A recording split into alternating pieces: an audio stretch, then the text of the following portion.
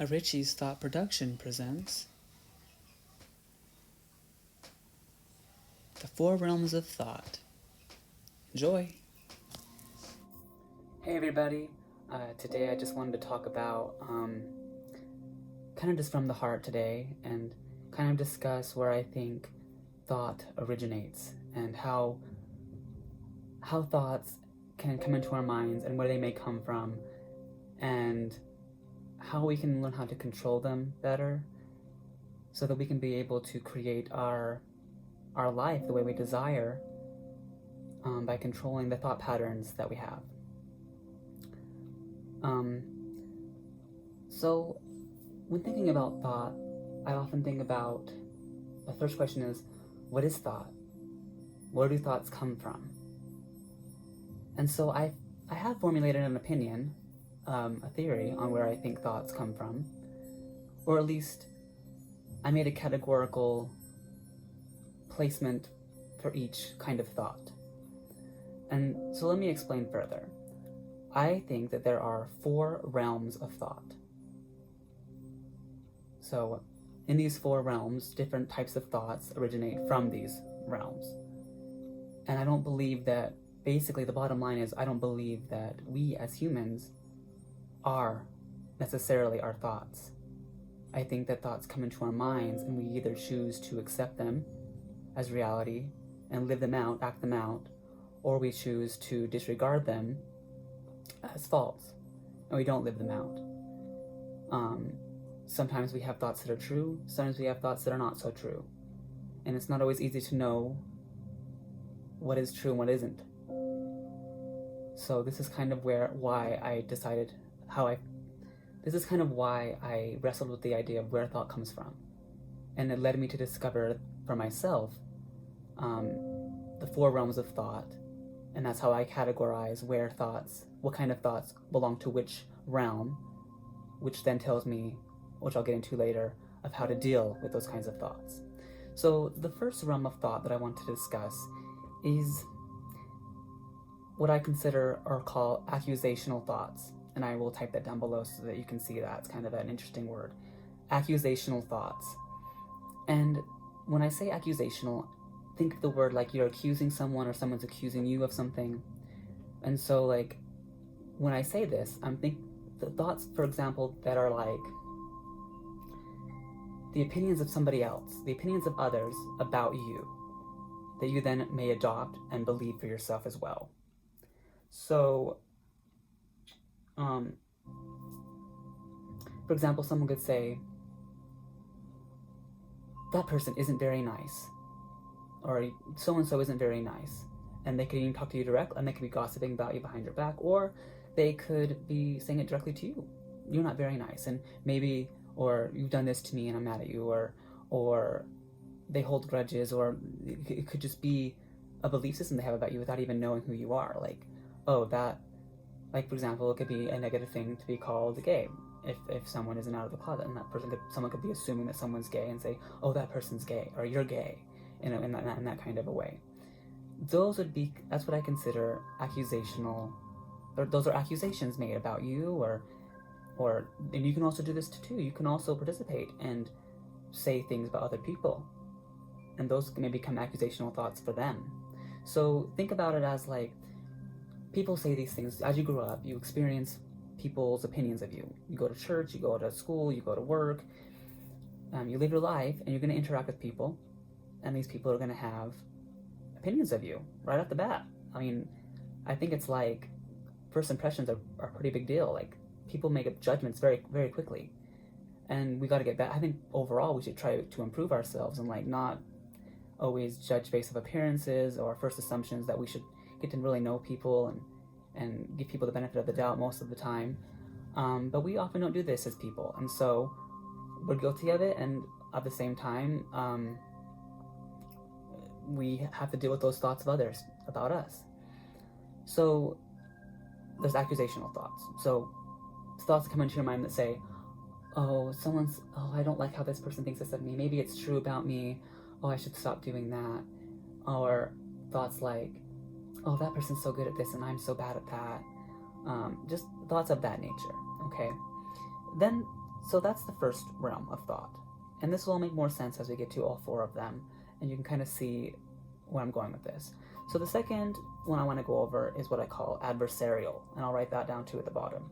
Adversarial thought.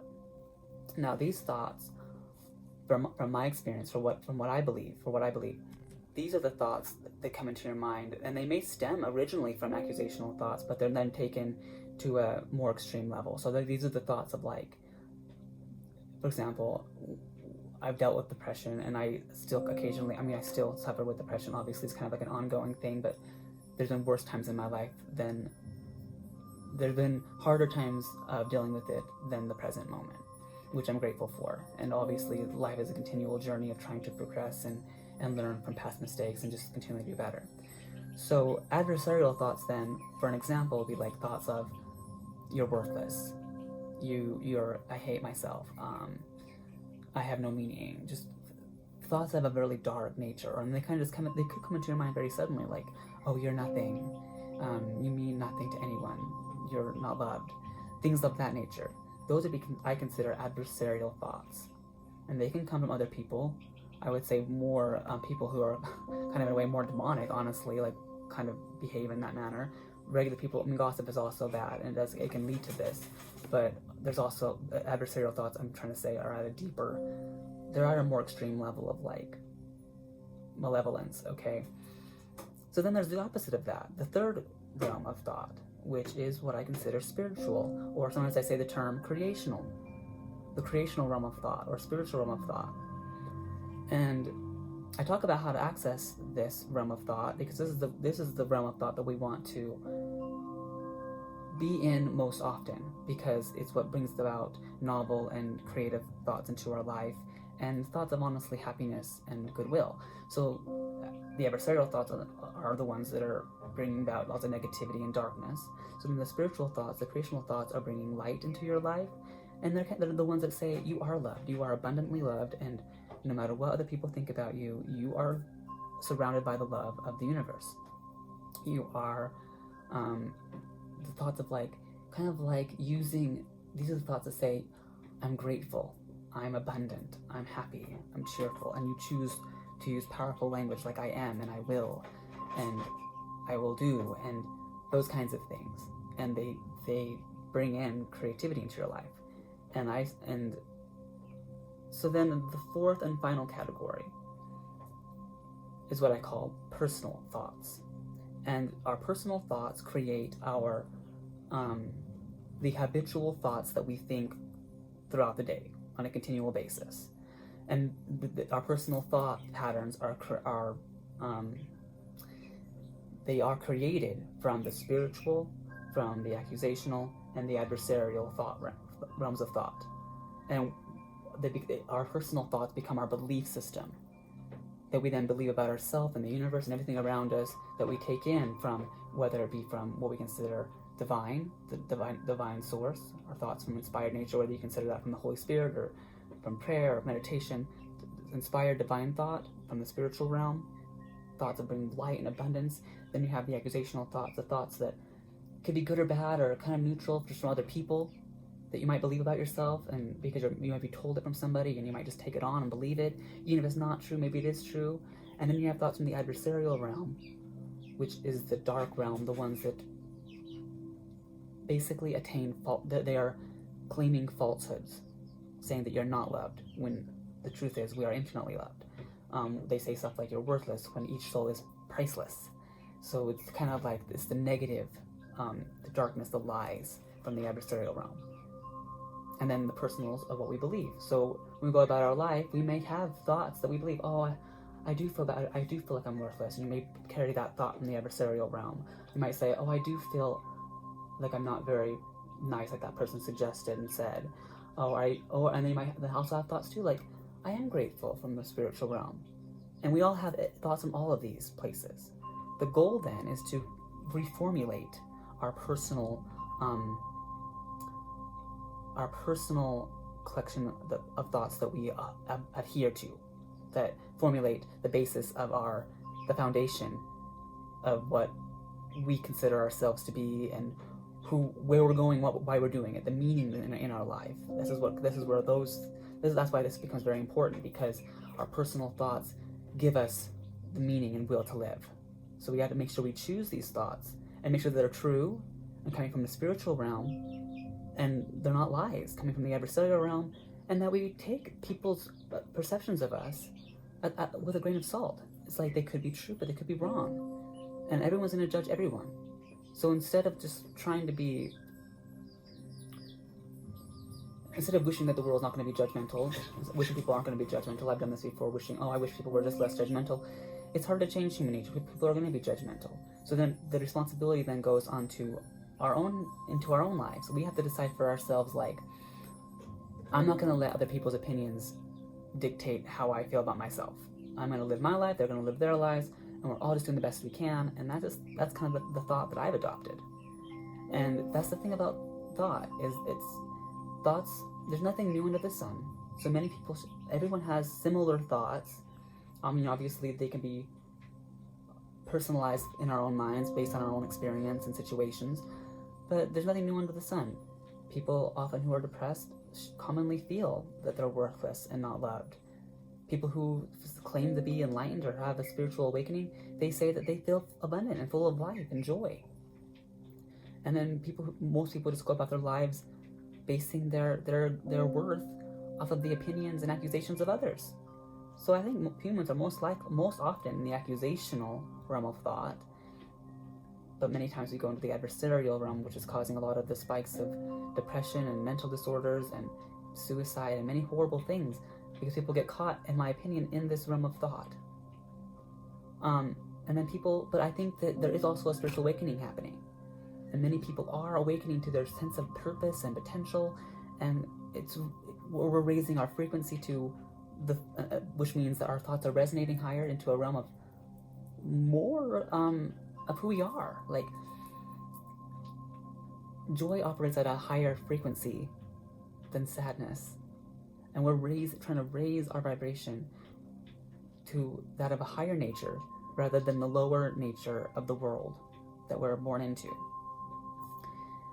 And so, like I said in the beginning, we are not our thoughts. We are the awareness above thoughts, and we can choose our thoughts. And so because of that, we have the ability to we can create our habitual patterns from our thoughts that we believe about ourselves. And we can see that the fruit produced from that. We can see for ourselves, I believe this, so then if I can get my thoughts to match my beliefs, and I can get my beliefs to match my emotions, and if I get my emotions to match what I'm doing, then that's when our reality can be built, and we can change our life. And so I just kind of wanted to talk about that today, and there's definitely a lot. I'll definitely get more into this. I'll make future videos, and also you can check out my book, which has this information and more. It's called The Code of Progression, and you can find it on Amazon. And I'll definitely go over more topics as well, because this is something that I definitely think we need to discuss more in our society. The responsibility of choosing our thoughts and selecting them, prioritizing them, realizing where they originate. And in my personal opinion, the spiritual thoughts, I believe, originate from the divine source, God, in my opinion. And then the adversarial, I think they come from demonic, satanic realms, in my opinion. And then the accusational just come from people, everyday people, and they can be good or bad. But obviously people are flawed, and so we can't. So humans are flawed, so it's important to not take the perceptions of us to heart. Now that we know how to categorize our thoughts based on their realm of origin, I think it's also important to incorporate activities, rituals, and actions in our lives that help us escalate inspiration from the creational realm of thought. One thing that I do is I carry around various stones. This one's amethyst, which is good for helping with increasing intuition. You can use them when you meditate, or simply use them as a reminder to be grateful whenever you notice it. Simply put, we need to become still and not dwell endlessly in the past or become lost in the future. Instead, we need to become present of our current perceptions and level of awareness in order to continue on this road of progression. Thoughts are vibrational frequencies that circulate in our minds, and it's up to us to establish our patterns of thinking. And so I just want to leave you guys with that, and thanks everyone for watching, and I'll see you guys in the next one. Thanks for watching. Please like and subscribe for future videos. Peace be unto you.